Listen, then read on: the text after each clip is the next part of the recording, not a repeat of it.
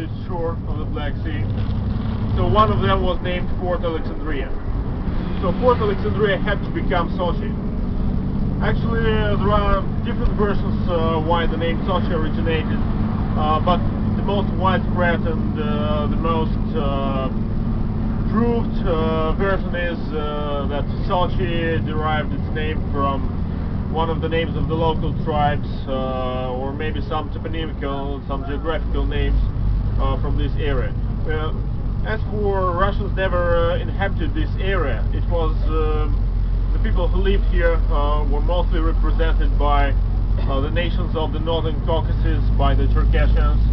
At present day we have these people not far from Chechen Republic and not far from Sochi, some 400 kilometers away to the north of our city. So these people had their own language, their own culture. They were very skilled farmers, and the farming culture was very good. We have a Museum of History of Sochi in the downtown. I don't know if you've visited it or not, but it can show you all artifacts from that time, and it can show you how developed this culture was. They mostly lived in the mountains because all plains were occupied by swamps. Malaria was a terrible disease at that time, and it was defeated in this area only in the 30s of the 20th century, already after Sochi became a resort. So these people lived in the mountains where malaria could not find them, and they did farming, they did cattle breeding. So when the Russians came here, at first they tried to live together, but then something happened, and the natives, I mean, began to leave this place, or they began assimilating with the Russians. This way, these people disappeared. Actually, they turned into Russians, or they turned themselves into a mixed nation. So Sochi is also a kind of melting pot, because it's always been a trading route for Armenians, Georgians, Turkish people, Russians, for everyone. Because Sochi was also one of the places on the way of the Great Silk Route, Silk Way, I mean. Yeah.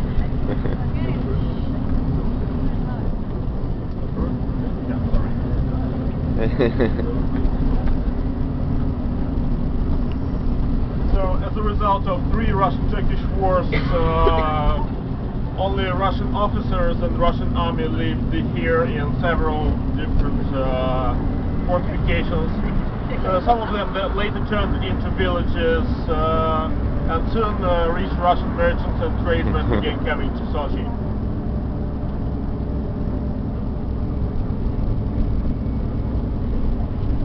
Even nowadays there are several mansions in the Sochi which used to belong to these rich Russian merchants. Some of them have been turned into museums, some of them have been turned into public buildings such as educational centers. Some of them are simply abandoned, and it's a great pity. Wow. Some of them did not survive the time because they were built out of wood, and some of them burned with fire, some of them simply deteriorated. These rich Russian merchants did not build only mansions. They bought a lot of land here, because in the end of the 19th century and in the beginning of the 20th century, the Russian government, the Tsar government, granted land to anyone who could develop it here, and granted it as much as it was needed at that time. In this way, one moment, sorry.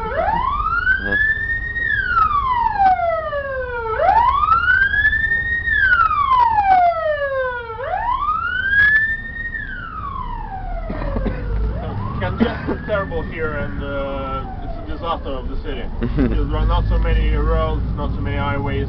For example, this one is one of the 2 leading to the downtown. I myself live not far from here, and every morning I experience the same. Yeah.